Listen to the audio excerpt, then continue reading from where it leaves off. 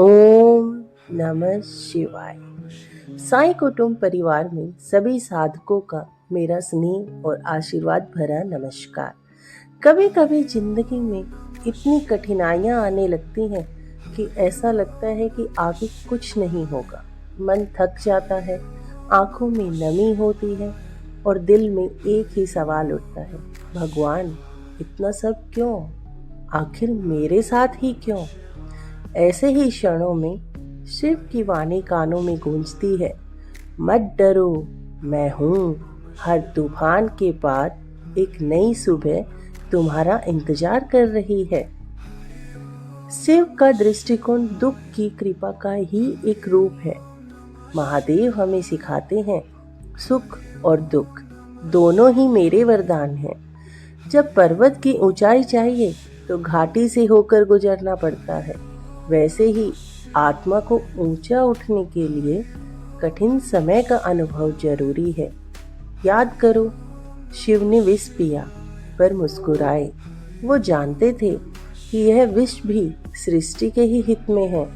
यही असली शिव तव है, जब मन रो रहा है फिर भी भीतर स्थिरता हो। चलिए जानते हैं कठिन समय क्यों आता है। आखिर शिव वाणी का रहस्य क्या है? शिव वाणी कहती है, जो तुम्हें तोड़ता है वही तुम्हें गढ़ता भी है। कभी कभी जो चीज हम समाप्ति समझते हैं वो दरअसल एक नए आरंभ का संकेत होती है। जब सब कुछ छिन जाता है तब जीवन हमें भीतर देखने का अवसर देता है, वो स्थान जहाँ शिव स्वयं निवास करते हैं। अंधकार को दोष मत दो, दीपक बनो। यानी जब अंधेरा बढ़े तो अपने भीतर का दीप जलाओ, ध्यान, मौन और विश्वास के साथ। जब दिल टूट जाए तब क्या करें?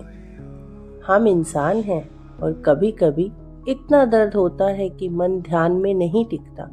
प्रार्थना में भी आंसू गिरते हैं, पर शिव कहते हैं, आंसू भी तो मेरी ही आराधना है।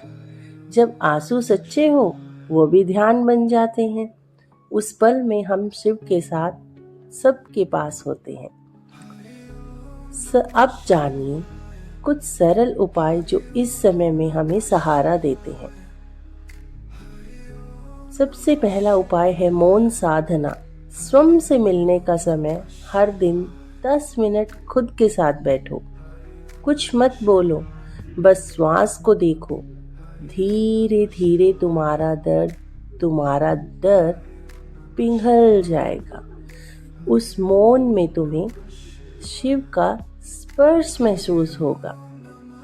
दूसरा, महामृत्युंजय मंत्र, जो कि मन को अमरता देने वाला है, उसका जाप जरूर करें, जो कि इस प्रकार है, ओम त्र्यंबकं यजामहे सुगंधिं पुष्टिं वर्धनम् उर्वारुकमिव बन्धनान् मृत्युर्मोक्षयमामृतात्।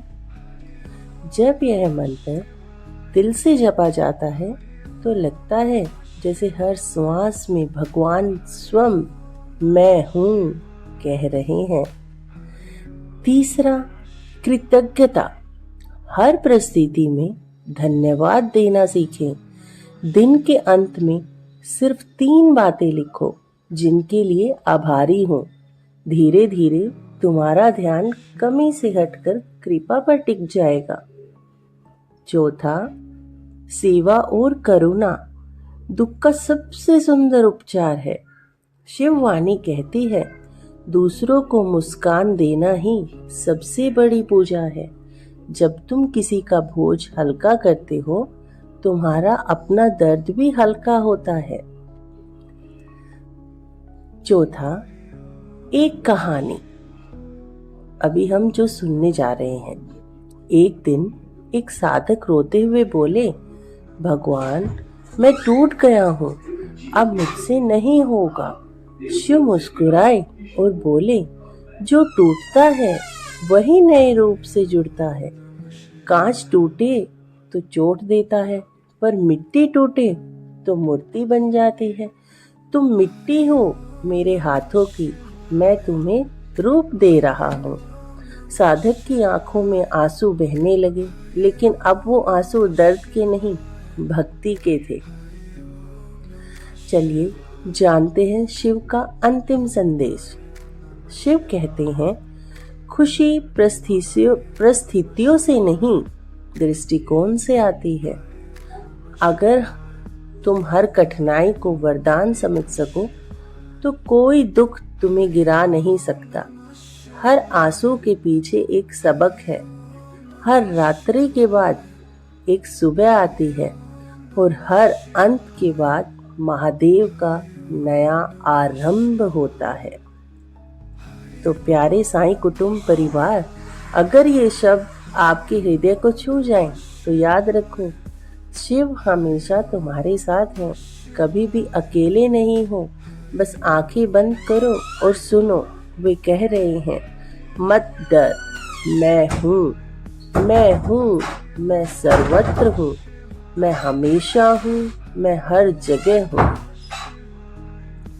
अगर ये वीडियो आपको दिल को शांति दे, आपको पसंद आए, तो इसे किसी ऐसे व्यक्ति तक पहुंचाए जो आज दर्द में है, क्योंकि कभी कभी एक शब्द, एक वाणी किसी भी जिंदगी को बदल सकती है। हर हर महादेव, जय साईं राम। अगर आपको वीडियो पसंद आया है तो लाइक करें, शेयर करें और चैनल को सब्सक्राइब करें। धन्यवाद।